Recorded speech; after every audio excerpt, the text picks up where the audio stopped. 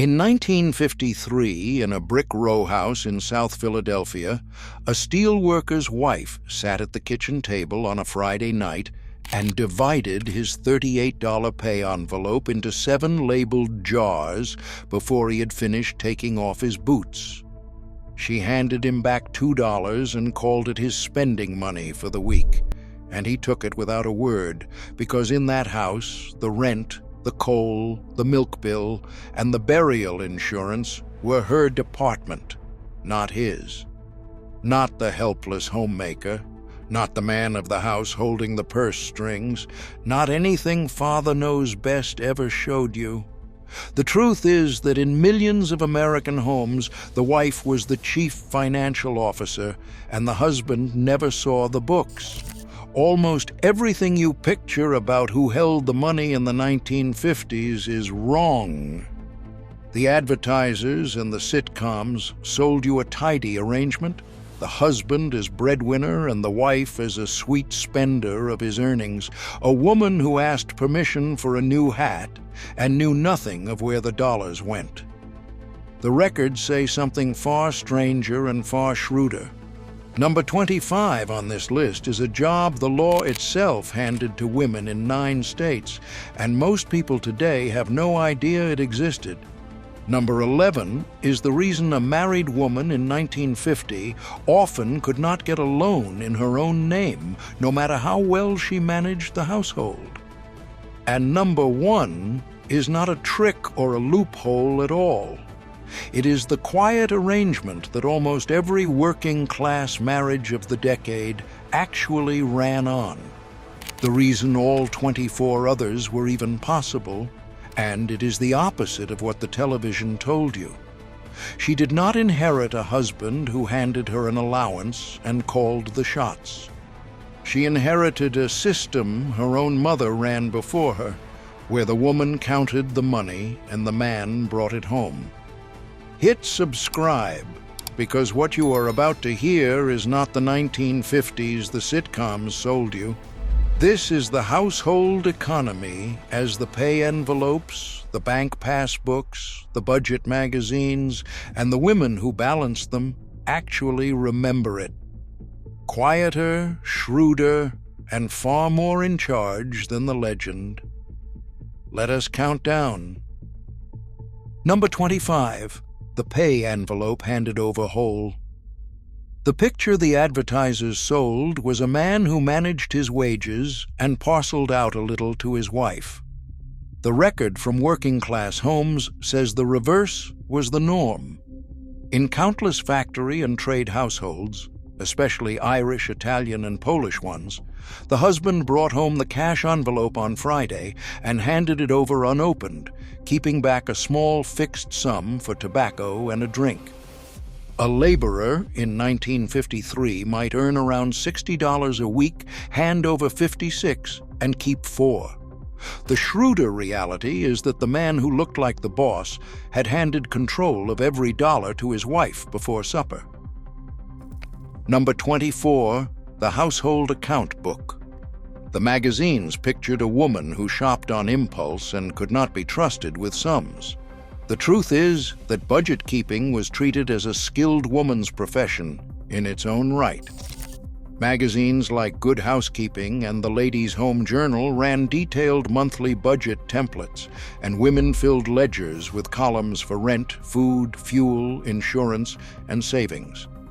A 1950 family budget might allot 30% to food, 20% to housing, and 5% to savings, all tracked by hand. The reframe is simple. The person doing the arithmetic was the person making the decisions. Number 23, the standing weekly grocery order. The sitcom showed a wife wandering the aisles for fun. The record shows a woman running a procurement operation. She knew the price of a dozen eggs to the penny, around 60 cents in 1950, and a quart of milk at about 21 cents, and she timed her buying to the Thursday markdowns and the loss leaders advertised in the Wednesday paper. Buying the marked-down chicken at 39 cents a pound instead of the fresh at 59 saved 20 cents a pound, $2 on a 10-pound week, more than $100 a year. That was not shopping. That was inventory management. Number 22, the insurance man at the door. The picture left this off the screen entirely. In working-class homes, a man from Metropolitan Life or Prudential came weekly to collect on industrial life policies, sometimes 10 or 15 cents a week per family member for burial coverage. It was almost always the wife who answered, kept the little premium book, knew exactly which policies were paid up, and decided whether the new baby got a policy too. A nickel a week per child is $2.60 a year, and a woman with 5 children was administering a portfolio. The man of the house often could not have named the policies. Number 21, the rent or the mortgage payment. Television implied the husband strode to the bank and signed for the house. The record shows the wife was usually the one who walked the rent to the landlord or carried the mortgage payment to the savings and loan, kept the receipts, and knew the exact balance. On a typical 1955 home costing around $11,000, the monthly payment ran near $60, and missing it was unthinkable, so it was guarded by the person who handled all the cash. The reframe is that the so-called head of household frequently had no idea what the balance was. Number 20, the coal and fuel reserve.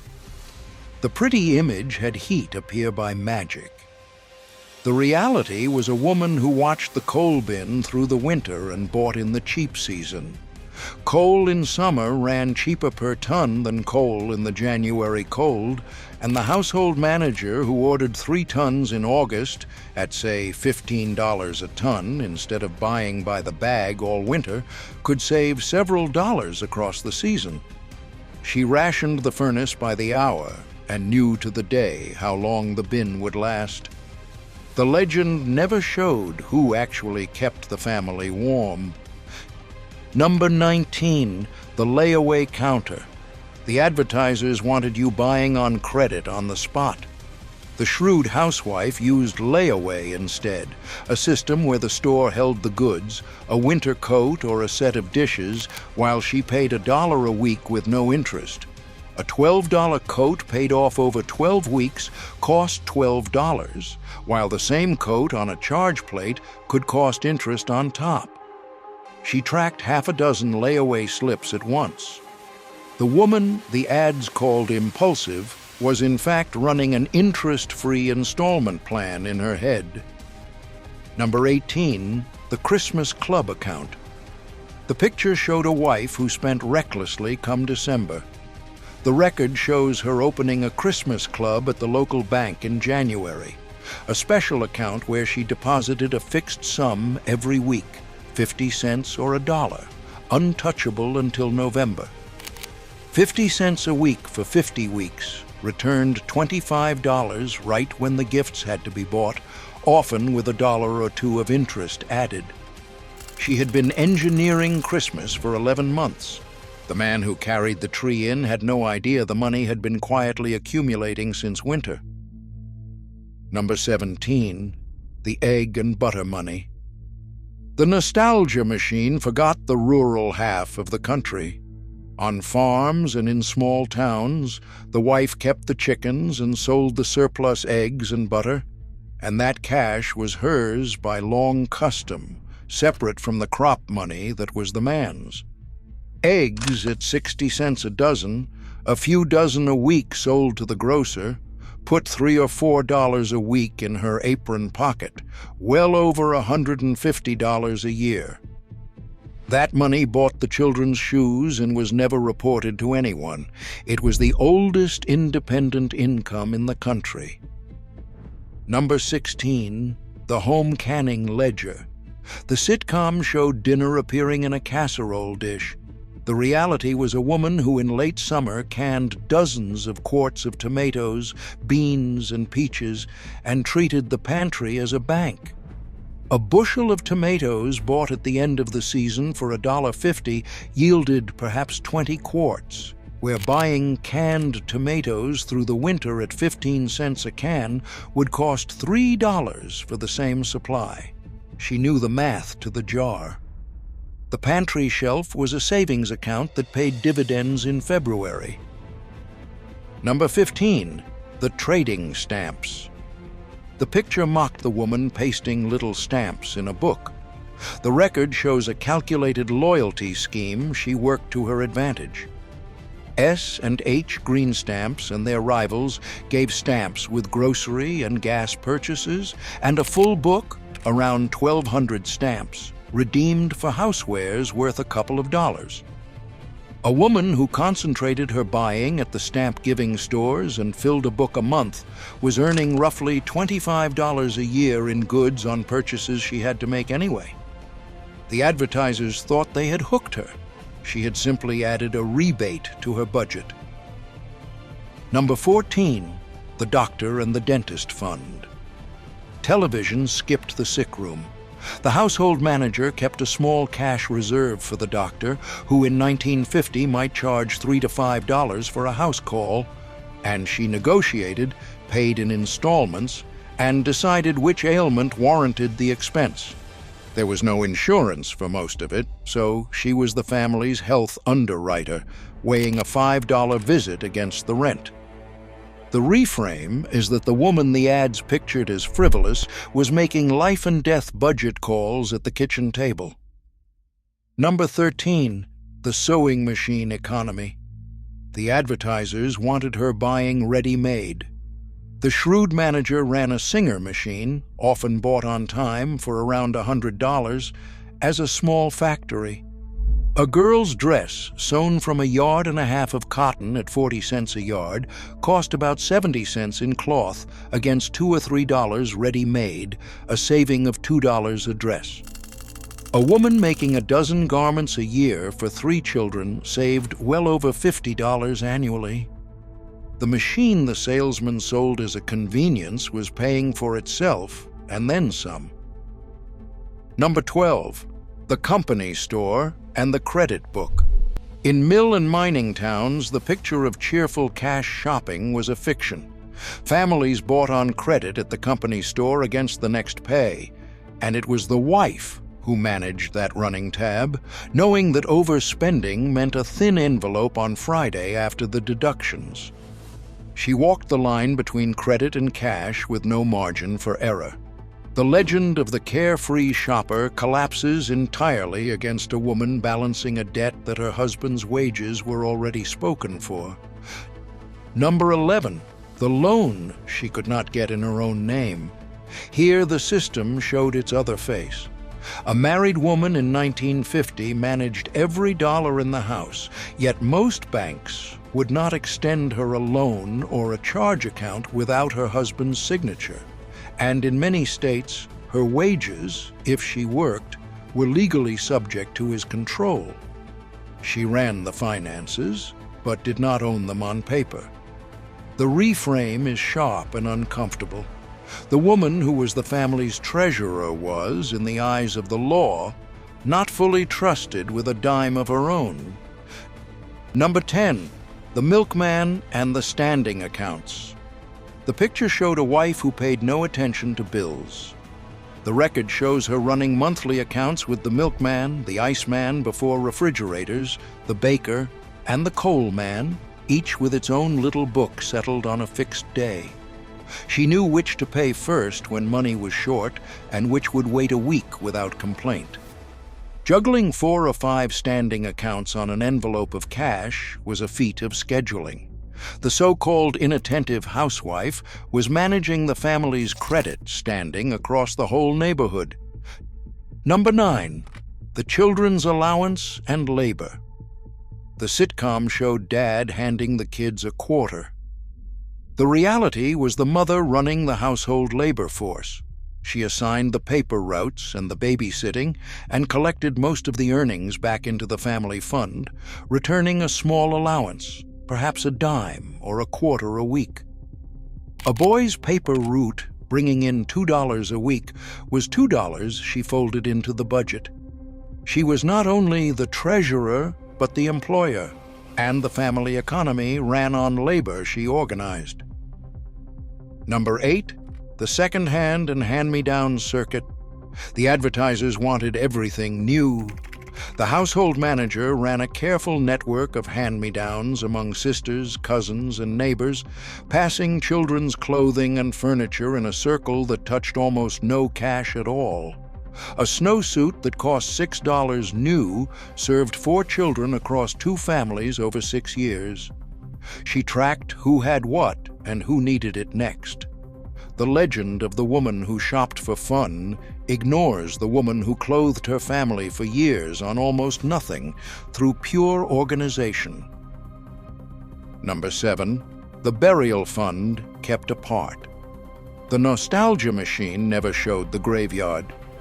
In many immigrant homes, the wife kept a separate sacred reserve for funerals because a decent burial was a matter of family honor and a pauper's grave was a disgrace. She added a quarter of 50 cents a week to it for years, often in cash, hidden at home rather than a bank, building toward the $200 or $300 a funeral required. 50 cents a week is $26 a year, and she protected that fund through every other shortage. She was ensuring the family's dignity, quietly, alone. Number 6, the bank passbook in her name. The picture said the man held the savings. The record shows that the day-to-day savings account, the passbook bank book with its stamped balance, was very often kept and controlled by the wife, who walked the deposits down on the same day each week. A working-class family saving $2 a week was putting away over $100 a year, and the passbook lived in her dresser drawer. The reframe is that the household's actual liquid savings sat under the management of the person the ad said could not be trusted to count it. Number 5, the tax and the bill calendar. Television never showed anyone doing the paperwork. In the home, the wife was usually the one who tracked when the property tax came due, when the water bill landed, when the insurance premium had to be mailed, keeping a mental or written calendar that prevented the late fees that could sink a tight budget. Missing a payment cost real money, so the family relied on her timing.